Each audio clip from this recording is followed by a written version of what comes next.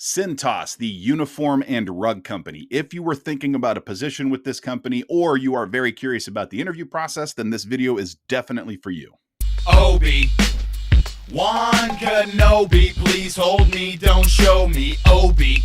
So I had the opportunity not too long ago to apply at Cintas, and I went through the interview process, the whole thing. So I've got kind of the inside scoop on the whole interview process, the whole crazy interview process, I might add, for this company. Now, a little background. I was applying for this company because I wanted to use the job as leverage. Cintas is a company that I could see myself working for, but I wasn't really applying there because I needed a job. I wasn't really applying there for any other reason than I wanted to ask my employer at the time for more money. And in order to ask for more money at work, or if you wanted to go in and, I don't know, kind of make demands about anything, you don't want to go into your boss's office empty-handed. That is not a very smart play. The smart move would be to polish up your resume, get a job offer or two, and then walk into your boss's office, and you have more leverage that way.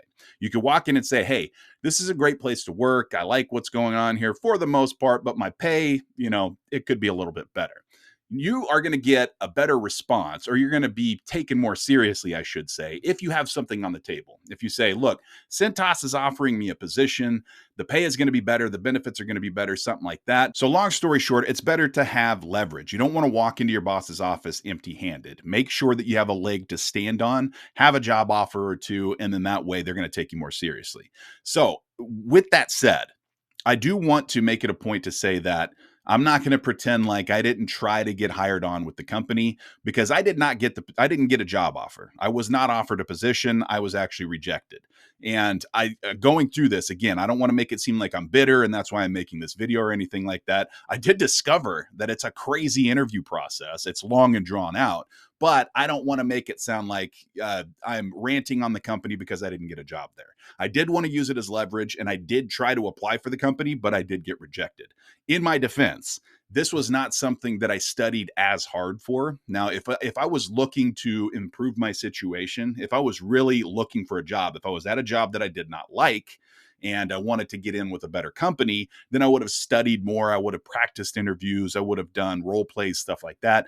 I didn't do that for this interview, but not to say that I didn't try. Okay. So I did try to get hired on. I just got rejected. Now let's talk about the interview process, this long, crazy, drawn out interview process. I think mine wasn't the typical interview process because they actually reached out to me first. They got a hold of me on LinkedIn. It was a regional manager or something like that. I think they were on some kind of a hiring blitz. They wanted to get a bunch of interviews lined up, so they actually reached out to me. And it just so happens that it coincided with a time that I was thinking about making a switch at my current job. And by switch, I mean I wanted to leverage myself to get in a position where I could receive more pay. So I took the bait and I decided to follow up with the message. And I'll read you the message here. It was just a message from the director of sales at Cintas that said, and this was, you could tell this is one of those copy and paste messages that they sent out to a lot of people, but it said, "Hi, Justin, I'm the sales director, not a recruiter, for our Cintas Omaha location. I looked at your profile and believe you would be a great addition to our team and would find success quickly. Blah, blah, blah, blah, blah. This is 100 to 200,000, per year job and all that stuff." It just mentioned all the benefits. So I did reply and I said, "Hello, I am not actively looking at this time as I am very comfortable with my position and income. I am also not the type to ignore any potential opportunities, so I would be more than happy to chat with you about the position. If you wanted to chat on the phone, I'm usually available late morning or early afternoon." So I wanted to show a little disinterest because I wanted him to come back and basically have to fight for a little bit, right? People like more of a victory, so they want to win you over. So I didn't want to show interest right away. I kind of played the game as like, yeah, I'm not really looking, but I would be willing to listen to what you have to say. All right. And that's where it went from there. So after that, he ended up calling me and we had a chat. And this first interview was really kind of a sales pitch from this person talking about how Cintas was a great company, how it worked out really good for him. And he was, promoted several times and now he's in the position where he's at. blah, blah, blah, blah, blah. Cintas is great. I love the company. Do you want to go through the next steps? And I listened. It was more listening than anything. He didn't ask a lot of questions. He did have questions about my sales experience, in which I just, I told him how much sales experience I had, the type of sales experience I have, all that stuff. But that's all it was. He wanted to really get to know me first and then move me on to the next process. And I'm pretty sure what happens typically is, if you apply at the company, what you're going to have is a recruiter, like a corporate recruiter, call you and then do kind of a pre-screening before they set you up with any type of interview. I think this jumped to basically the third level of the interview when you when you interview with somebody higher up than like the store manager or the even local salesperson. So it kind of jumped that because they were actively recruiting. But this was the first interview for me, and this is what kind of propelled me into the interview process. So I did let him set me up with an interview. At first, I actually kind of ignored it. I looked into the company a little bit more, and I was still debating. I was like, do I want to, take this any further? And before I could really reach back out to them to set up another interview, the local salesperson, so not the regional salesperson that this guy was, but the local branch salesperson, the I don't know, branch sales manager or whatever, reached out to me again and said, "Hey, I heard you talk to this person. I would like to have a conversation with you too. Would you be willing to, take a phone call?" And so I did. I took another phone call with them, which for me was interview number 2. And then after that, with the local management, with the local salesperson, I had a longer conversation. I asked more about the company. I was asking about, the kind of time requirements. Would you be expecting me to work long hours? Like, because one thing with me, I want to be clear that I am not 100% a company man. And that's kind of bad. It looks bad on the outside when you're talking about a sales position, but I make it clear that I will give 110% for 40 hours a week, but I do not expect to work long hours during the week and then weekends as well. Call it what you want, call it lazy, but that's just me. I don't want to commit more time to a company than I have to, especially at the job that I'm at now. It's Monday through Friday. I hang it up at I don't work later than 5 o'clock, and I don't work weekends. I like that. That's a benefit that I like with my current company. I wanted to make sure that it would remain the same there. And, he was really telling me, yeah, no, this is, Monday through Friday, hang it up at the end of the day, no weekends, easy peasy pumpkin squeezy. Right.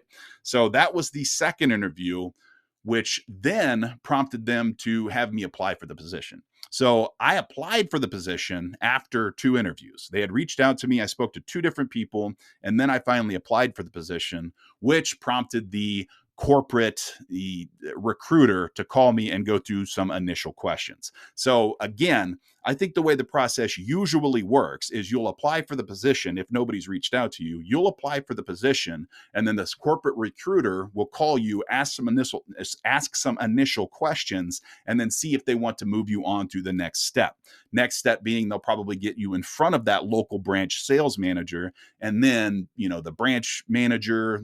So you'll have the sales manager, the operations manager that you'll interview with, and then they'll probably move it up to regional level managers. So for me, it was a little bit different because they reached out for me. But at this point, that's when I was finally put into the, I guess, normal process. So this was 3 interviews at this point. Then after the corporate recruiter had a little conversation with me, they then scheduled, the next step was a 8-hour full day ride along. I thought this was ridiculous. I almost stopped the process right then and there, but I felt like it was already kind of committed. I do not like the idea of a full day ride along because, one, if you don't have a job, that's a full day wasted where you could be, I don't know, looking for jobs or interviewing somewhere else, and they want you to ride along a full day with somebody. It's a job shadow, and it's an unpaid job shadow. I totally hated this idea. So here's the deal. You never, during an interview, even if something strikes you right away as something that you potentially wouldn't like, you don't want to show that. So during the interview, they said, we're going to set you up for a full 8-hour, ride along. And then it was like, oh, okay, yeah, I'll set it up, whatever. Set it up.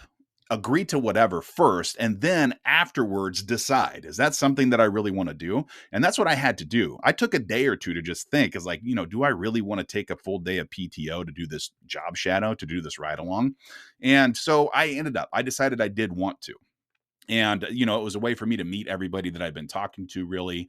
So I decided, you know what, I'll just use a PTO day and I'll see what it's like to walk, a day in that life. Okay. But again, totally 100% against these job shadows. I think it's a ripoff. I think that if you're going to have somebody job shadow, you should give them, I don't know, an 8 hours, a full day's worth of pay is what I'm trying to say. You should pay them. But, at the very least, they did at least buy me lunch on that day. But that's the least they could do. If they're going to have you job shadow for 8 hours, then I hope that they're at least going to buy you lunch. Again, not a big fan of this full day job shadow. I think it's a ripoff. I think it's complete BS. And especially in my case, I didn't end up getting a job offer. So to me, it was just a waste of time and it made me angry. So we'll talk more about that in a little bit, but I wanted to point that out. That was the next step in the process for me. That was practically that day that I did the job shadow was, I consider, step 4 in the job interview process for me, but you can also mark it as step 5 because when I went in that day, I actually had an interview with the branch manager as well. So I sat down with the branch manager in person before we actually went out and did the job shadow. Okay. Now, to me, this job shadow, if you're going to do an 8-hour day, because their logic behind this is they want you to experience what it's like. The job shadow is for both you and us. We want to make sure that it's something you like, and we want to make sure that you would be a good fit for it as well, blah, blah, blah, whatever. But look, that should be something after a job offer has already been made. They should say, you know what? We like you for the position. Why don't you come in, do a full 8 hours, and just make sure that you like the position too? Because I could definitely see this turning into a situation where people are going to want to get paid for spending 8 hours of their day with you. You know what I'm saying? And they could do 6-hour job shadows, whatever. It's probably not always 8 hours like mine was, but this is a lot of time that they're taking away from you. And there should be some compensation for it. It pissed me off. Okay. I just did not like this job shadow. So anyway, did the full interview with the branch manager and the job shadow. That was basically interview 4 and 5 right there. And then after that, they took about a week to get back to me, which was kind of disheartening. You did this full job shadow and then you don't hear anything from anybody for a week to follow up. And then after that, they finally send you an email and reach out to you and say, hey, we would like to get you in front of the VP of sales or whoever it was. It was some VP of regional sales. It was just another corporate position, somebody else that you had to talk to. And you're like, that one was actually basically like a video conference. You sat down, you didn't have to go in and talk to them, but you actually did like a Zoom conference call with them. So then I sat down with the VP of sales, whatever, did that interview. That interview didn't go as great. I should have put more work into that interview, but I was really just kind of over the interview process. I was like, Jesus, another interview. And at this point, I thought it was more of a formality. I was like, all right, they just want to put this person that we've already made the decision we're going to hire in front of the last person, whatever. Because in my mind, if you're going to do an 8-hour job shadow, or if you're going to ride along with somebody, in my mind, I thought that was a job offer. I thought, okay, they're going to hire me. They're going to give me they're going to give me the offer. This is a done deal. This last part is just a formality. Was not the case. So again, this was a very long and drawn out process. That was 6 different interviews. I mean, you could actually cut up the 2 times that I talked to the first person that reached out to me. You could count those at 2 and just call it a 7 different interviews. And it was a big waste of time for this company, especially not to get a job offer. And I had a lot of time to think about it. And I wanted to put together some of the mistakes that I felt like I made during the interview process. I think where I tanked it was that very last interview with the regional vice president, whoever the hell it was. I think it was that one that might have done it. But who knows? It could have been when I went in and when I went in for the ride along, that was the first time that they actually saw me. They could have thought that I was maybe too fat. They could have not liked that I had a beard. Maybe they didn't like the fact that I didn't wear a tie, right? So there's several reasons that it could have happened, but I think it was this last interview that I kind of tanked it. And the reasons that I put together was, one, I didn't practice. I really didn't practice for much during this entire interview process, not like I would usually do. When I'm going into an interview, I'm usually role playing with somebody. I'm having them ask interview questions and I'm answering them. I'm formulating answers and I'm running different scenarios in my head. I didn't do any of that this time, not because I wasn't trying to get hired, but like I said, I didn't give it 110% effort because I really wanted to use this job as leverage. And I thought it would be a lot easier to get hired on than it was. Two, I dressed down a little bit because I was wearing polos and slacks. Now, to my knowledge, that's pretty business casual these days, especially for sales positions.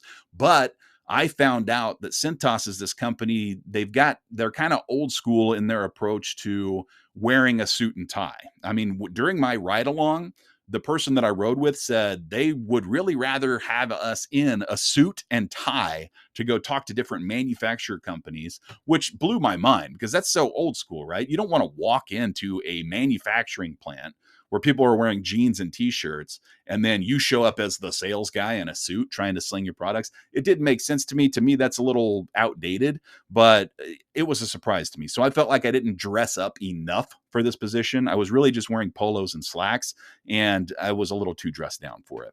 And then three, I could tell the last interview that I did with this lady, the VP of sales or whatever, I made kind of an ageist comment. I didn't mean to, but I'm Gen X, and I could tell the attitude went down. And it was just a stupid, simple comment. But the comment I made is they asked, how did you feel about the ride along with your person or whatever? And the person that I rode along with he was a younger guy, 21 years old. That I was really impressed with him. He had really good sales tactics. He's not afraid to, walk in and ask for the right people, talk to people, really good head on his shoulders. But I had made the comment, I said, he's really good for his age, basically, which used to be a comment. You used to be able to say, and I'm not just talking about Gen Z not having good work ethic, but you go back to my generation too. And when I was in my 20s, I didn't have the best work ethic. So it was always a comment to say, for a young fella, that person actually has a good head on his shoulders and stuff like that. So I made an offhand comment like that, where I just said, yeah, he's really good for a young guy. And I can't remember exactly how I said it, but I was just like, I was actually kind of surprised by him because I have kids his age. My oldest kid is his age. And so I made the comment, he's, for his age, he's very professional, something like that. I said I was very impressed. But, in today's society, I think maybe that came across as a little ageist or something like that. I don't know. But it was after that I could tell she was just kind of uninterested with the conversation. It might have been before that too. Again, this could boil down to somebody just not liking your face. So these are the mistakes that I made during the interview. But also, I have a YouTube channel where I talk about different jobs and companies. They could probably just take a picture and find your face on Google search or something like that through the little camera lens and find out that I have videos. And they think, I'm not going to hire somebody that talks about companies for a living.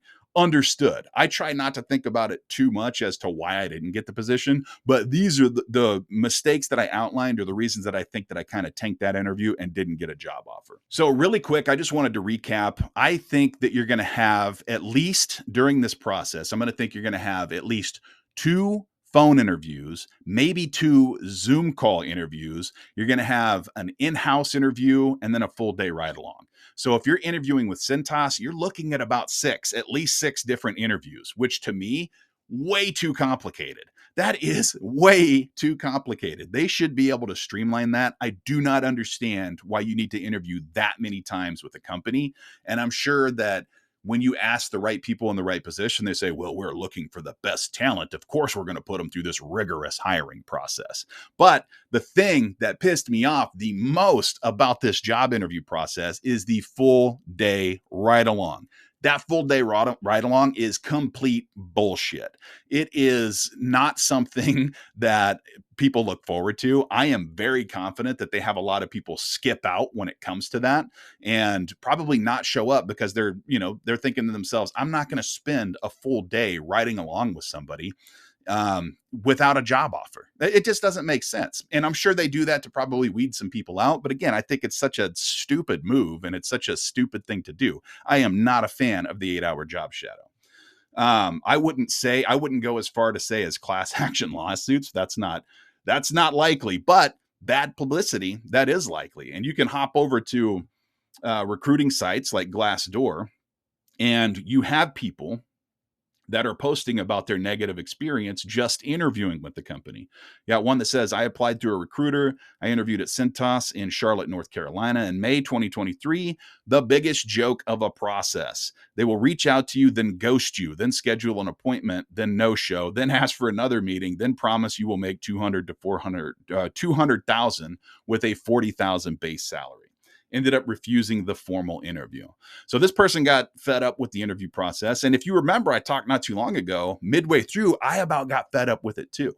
When I did the first, I almost didn't accept the full day ride along because I didn't want to waste a PTO day. But then after you didn't hear from somebody for a week after the full day ride along, you're just like, why do I even want to continue this any further? Let's see here. Here's a positive experience. Said, I applied online, interviewed at Cintas in Albany, New York in May 2023. 3-step process. 1, phone screen. 2, virtual with hire manager of HR. 3, face-to-face with branch manager. The process with the site branch manager was a little more difficult. They asked very good questions that really made me have to think about my former experiences. However, I thought it was a good interview. I interviewed at Cintas. Asinine process considering the qualifications are 2+ years of business experience, high school diploma, and total comp less than 100,000. Multiple rounds of interviews and a job shadow only to have the company go silent and not respond to an email regarding the status of my application after 8+ hours of interviews of my time spent with them. Again, complaining about the job shadow and all of the time that you had wrapped up in these interviews, which is true. I guess I didn't even think about that. You're looking at 30 to 45 minutes, maybe even an hour that it's going to take for some of these interviews to take place. That's just a lot of time wrapped up in these interviews. A lot of people just don't have that kind of time. Oh, this person had 8 interviews. I interviewed at Cintas, Fayetteville, North Carolina. Long 8 interviews and still didn't get the job. Waste of 2 months, including an 8-hour work interview as well. Last interview with corporate led via Zoom call. He rescheduled the interview 2 times before wasting my time. Wow. We're starting to see a pattern here. Took multiple interviews for an entry-level role. Too much. 6 in total with different people. 6 interviews. Supervisors and workers were cool, but manager could be better and maybe come down to earth sometimes. All right. So there you have it. There are a lot of people.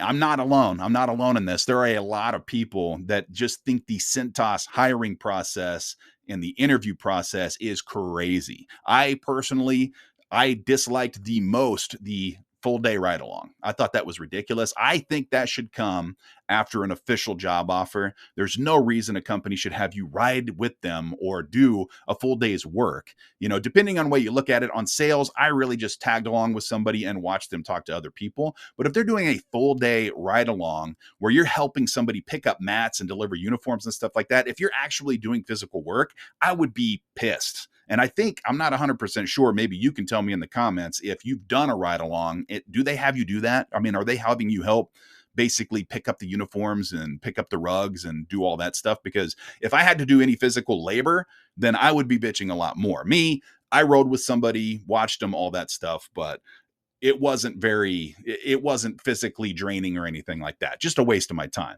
But anyway, if you have interviewed with the company, if you're thinking about interviewing with the company, let me know in the comments. Let me know how it has gone for you. If you work with the company, you know, if you have a job with the company, I'd also like to hear from you. Leave a little review about that company in the comments. Let us know what is going on.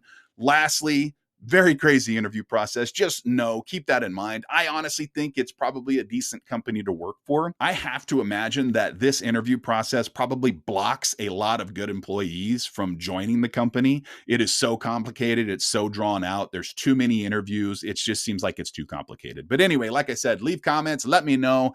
Thank you for checking out the video. Take care of yourselves out there. We'll see you. You made this? Awesome. I ride a hippopotamus. I ride a hippopotamus. You can ride my hippopotamus. You can ride my hippopotamus. I ride a hippopotamus. I ride a hippopotamus. You can ride my hippopotamus. You can ride my hippopotamus.